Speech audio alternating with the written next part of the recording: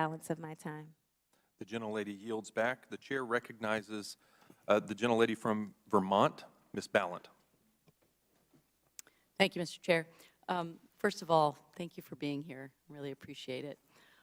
As you know, Ms. Dixon, in March and April of 2020, we experienced really an unprecedented economic shock. 22 million people lost their jobs. Millions of people suddenly found themselves without an income. And in April in 2020, when I was a leader in the Vermont Senate, we saw Vermont's seasonally adjusted unemployment rate go up to 15.6%, which was up 12% from the year before. So thankfully, Congress stepped in and helped us to expand the unemployment insurance. And as you said, and as others have said, it was an absolute lifeline for families and individuals. So my question is, without unemployment insurance programs, how would individuals and families be able to respond to such an economic crisis? Like, what happens without these kinds of funds to allow individuals and families to stay afloat? It's not necessarily well known, but the unemployment insurance is the first line of defense against poverty and homelessness. It is the only universal cash program that we have that provides cash to working families when they lose a job. There is nothing else. And what we saw in the Great Recession when folks were exhausting their benefits is the other program that they turned to was the SNAP program, and there really was nothing else. And so it just can't be stressed enough how critical this program is to making sure that families can maintain while they search for work. I really appreciate that distinction, and I think we can't overstress it. I know for me, having worked directly with individuals and families, thousands of Vermonters, that is exactly what I was hearing from my own constituents. So when we think about unemployment insurance programs and how they assist workers in job searches, do job searches change when an individual is benefiting from an unemployment insurance benefit? The benefit has many important qualities. One is that it allows workers to actually match with jobs that match their skills. So they're not trying to take the first possible thing that is offered to them, which is not good for the economy because those folks' skills are being unused. So it does give them the breathing room to find a good match that is going to be close to the salary that they were receiving before they lost their job. And I would assume that not only would those skills go unused, but when you have a worker who is mismatched, they're much less likely to stay in that job. So exacerbating this cycle of turnover, which we know is not good for employers, it's not good for employees or families. And is that the case? Do we see that there's a connection there with job churn? There absolutely is, and we've heard employers loud and clear, particularly in some of the industries that were hardest hit in the pandemic, the service industry, the restaurant industry, where workers have actually left those industries entirely to go to other industries because better conditions and better pay. And so if a worker takes a job, we want them to actually be able to stay in that job, advance in that job. So it's important to them and their families, just as it's important to employers to have stability in the role that they're in. Thank you. Just one more question. From your perspective, from your experience and your research and the work that you do in your position, why do you think we need to continue to invest in and modernize state unemployment insurance systems? Because we heard in the earlier testimony how there was a breakdown there. So would love to hear from you, from your perspective, why that is so important. So about a decade ago, I did a report that was a deep dive on unemployment insurance administration and the impact on being able to pay benefits. And what I found then was that the average UI benefits IT system was 26 years old. That was 10 years ago. And at the time, the oldest one was 46 years old. And so it is critical for us to invest, to actually put the money in. So usually when there's a crisis like this pandemic, there's investment in unemployment, there's investment in the IT systems, there's investment in administration, But then as soon as the economy recovers, we take our foot off the gas. And we really need to keep our foot on the gas for this program. We need to actually make the changes that are needed so that these systems function correctly all the time, whether it is one family who's suffering unemployment or it is millions of people suffering unemployment. Thank you so much. I yield back. The gentlelady's time has expired. The chair recognizes the gentlelady from Missouri, Ms. Bush. Thank you. St. Louis and I are here in support of a government that ensures no one lives in poverty. During March and April of 2020, the U.S. economy lost more than 22 million jobs. Our unemployment rate jumped from 3.5% in January 2020 to a pandemic peak unemployment rate of 14.7% in April 2020. St. Louis families and families all across the country were in need of emergency assistance during those uncertain times. One such story, shared by the National Employment Law Project, comes from my constituent, Deshauna, a single mother from St. Louis. She said, "If it wasn't for unemployment, I would have been put out of my apartment. Thank God for the help. I'm still trying to get myself out of debt, but the pandemic unemployment gives me and my son a little security. I'm a single parent getting no help from the other parent, plus losing my job. So it has definitely been a blessing." The CARES Act created a temporary unemployment insurance program called the Pandemic Unemployment Assistance, or the PUA. In 2020, President Biden signed the American Rescue Plan into law, which extended PUA and other temporary unemployment insurance benefits. The PUA unlocked unemployment insurance benefits to workers and to families who were otherwise excluded from regular UI programs. This program was the difference between a full dinner table and an empty one for a number of families. Ms. Dixon, who benefited the most from these programs, and can you tell us why? And thank you for being here. So the unemployment insurance program was created 80-plus years ago, and it has not been substantially modernized.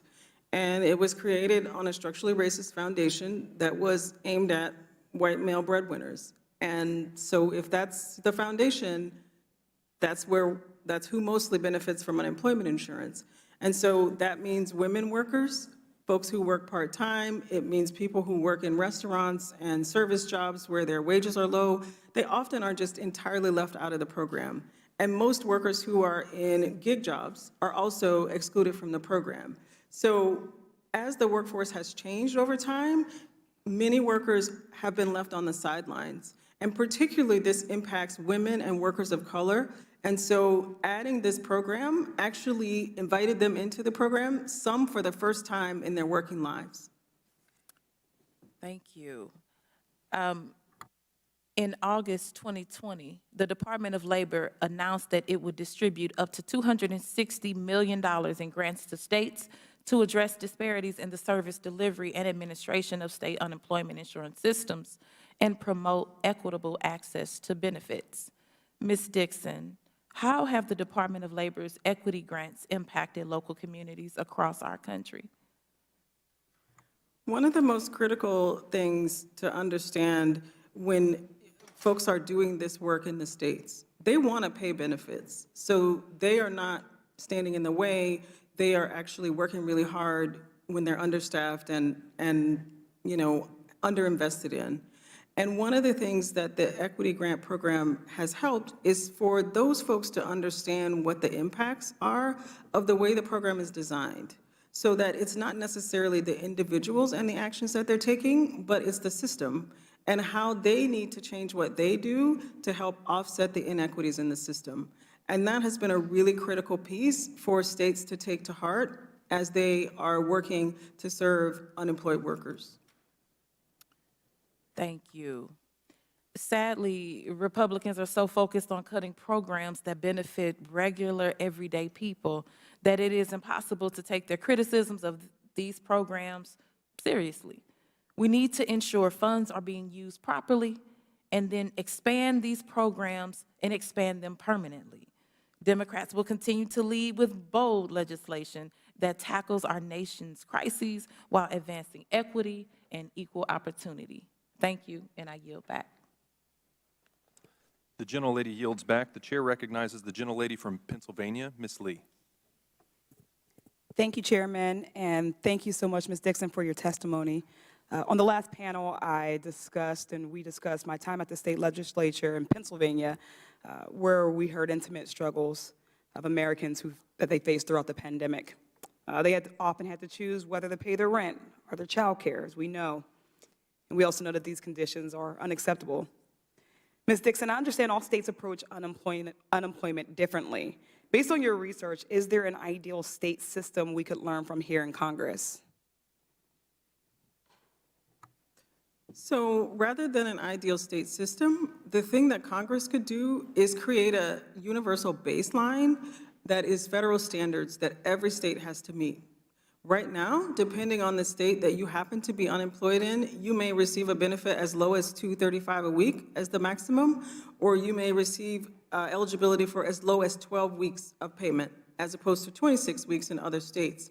And so that doesn't make any sense that we would have this patchwork of programs if we really want to make sure and we're serious about coming through for unemployed workers when they need us the most. And so having a baseline of standards where there's a minimum 26 weeks that all states have to pay, where there are minimum number of a dollar amount that fits what the state's economy is, that there is a minimum set of eligibility standards that fits all workers. We need that, and we need that crucially. We also need an extended benefits program that turns on automatically and just triggers on when there's a crisis, so that workers are not waiting for congressional action, but they can rely on their programs to just spring into action. Thank you. We talked about how some different workers or different people were benefited more from some of these programs. Could you elaborate on the disparate impact the pandemic had on communities of color that you shared in your testimony? Yes. So our labor market is very stratified. And by stratified, I mean that women make up the largest portion of low-wage workers, and people of color also. And those jobs were actually really hit hard in this pandemic. And so those folks lost their jobs, but because of history, they also don't have wealth accumulated in savings. And so the fact that these programs that Congress took action so quickly and was able to get the money out the door, it meant a lot to folks who did not have savings to rely on and for whom this program made the difference between being able to pay rent and stay in their homes. Thank you. Lastly, where would we have been without these programs? In other words, what would have happened to the millions of individuals who relied on these programs during the pandemic without them? We would have had incredible child poverty and a tsunami of evictions and many other ills that we were able to avoid. And that was really great for children, for families, and communities. And Congress really came through for working people in this program. And it is something that we will feel the positive effects of for generations. When families are in poverty, it's very hard on children. It's hard on the mental health of parents if they don't have income. And so there is a payoff beyond just the actual monetary amount that happens in families that we will be reaping the benefits of for generations to come. Thank you for your testimony and for your answers. With that, I yield back. The gentlelady yields back. The chair recognizes Mr. Goldman from New York. Thank you very much, Mr. Chairman, and thank you, Ms. Dixon, for being here with us today. I'm from New York. New York State experienced its first COVID-19 case on March 1st, 2020, and I actually got COVID myself on March 10th, very early on. New York was at the epicenter of the pandemic at the beginning, and more than 78,000 New Yorkers have died as a result of COVID. As families in New York endured record unemployment throughout the pandemic, the unemployment insurance system became a lifeline to nearly 5 million New Yorkers. In my district, organizations like the Chinese American Planning Council connected at least 740 households with unemployment insurance, nearly 2,000 families with housing assistance, and more than 1,300 people who were excluded from federal relief programs got aid through New York City's innovative Immigrant Emergency Relief Program. And that's just one outstanding organization of many. When COVID surged and 22 million people lost their job, it fell to our unemployment insurance system to take on the immense volume of new claims. New York's Department of Labor distributed more than $105 billion, which is the equivalent of 50 years' worth of benefits in the 2 years from the start of the pandemic. But obviously, this new influx of benefits opened itself up to fraud, especially through identity theft online, which I know you have spoken about. The New York State Department of Labor has recommended that Congress provide sustained investments and additional resources to help states combat the ever-evolving threat of cyber fraud. And Ms. Dixon, I'm curious what you think Congress should do to assist states, separate from the sort of federal baseline that you talked about. Where would our resources be most effective in assisting states to modernize and upgrade its unemployment insurance systems? I'm echoing folks from the first panel. The information technology investments are critical. We have a decentralized system. There are 53 different unemployment insurance programs, and so there are 53 opportunities for criminal fraud rings to attack the system. And so really being able to invest in those systems, to harden those systems, to make sure that those offices are staffed. And one other really critical thing that Congress could do is create a program like the Extended Benefit Program that actually can be pre-programmed and already have the fraud measures built into it so that when there's a crisis, it just triggers on. And states are ready, and they're not rushing to program a different program each time that there's a crisis. Thank you. One of the most, I think, productive and effective measures that Congress passed was the child tax credit. And I'd love for you to talk a little bit about the success of the child tax credit and why it was so successful at reducing child poverty. So one piece of it was that money actually went into families' bank accounts, and they did not have to wait until they filed their taxes to get this money. And so when you add that money together with the unemployment insurance payments, you have families actually getting cash to meet their needs at a critical time. And we see that in the reduction of poverty, like what the huge impact that was to families and children all over the United States. And you're drawing a distinction between the earned income tax credit, which comes when you're paying your taxes, as opposed to cash in direct deposited or sent to you by check, in that moment. Is that what you're saying? No, so the child tax credit is also generally not paid on a monthly basis the way it was in this instance. So it generally is something that either folks are changing their tax withholding to account for, or they're waiting until they file their taxes to get it. So what was really revolutionary was actually giving the cash, putting the cash in families' bank accounts. And in my final seconds, can you talk especially about how important that child tax credit was to underserved communities and people of color in particular? Well, we know that those families are the ones who are hit the hardest in this pandemic, but they're also sort of chronically hit the hardest because they're in the lowest paying jobs. And so to make sure that children actually have their needs met, this was critical. And it was critical, it would have been critical at any time, but it was especially critical during this pandemic. And it would be great if Congress could figure out how to reinstate it, because the impact was just phenomenal for families.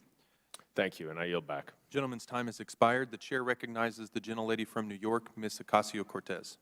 Thank you, Mr. Chair. It can be difficult to remember, given all that has happened in the last 3 years, but I'd like us to envision ourselves back in those first few months of the pandemic in the spring of 2020. In March and April of 2020 alone, the economy lost more than 22 million jobs, and the unemployment rate skyrocketed to 14.7%.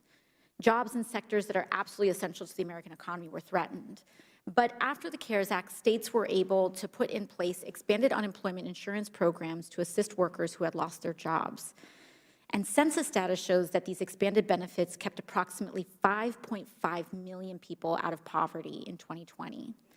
Ms. Dixon, I'm curious about, from your vantage point, how expanded unemployment insurance played out as such a vital lifeline for workers as well as states during the pandemic. So one of the reasons that Congress put in place these programs is because the unemployment insurance program in the states is inadequate. Inadequate in who it covers, inadequate in how much the weekly benefit amount is. And so when Congress added $600 a week and then $300, that was amazing, especially in states where the average benefit is only, the national average benefit is only $300 a week. And so this made it possible for folks to stay in their homes. They didn't have to choose between food and gas in their cars. It was critical. And I think that, like, part of what we have to do is learn from the successes. So we've talked a lot about instances where there was identity theft and fraud, but we haven't talked about the amazing number of folks who got UI for the first time and what it meant for them and their ability to stay attached to the workforce.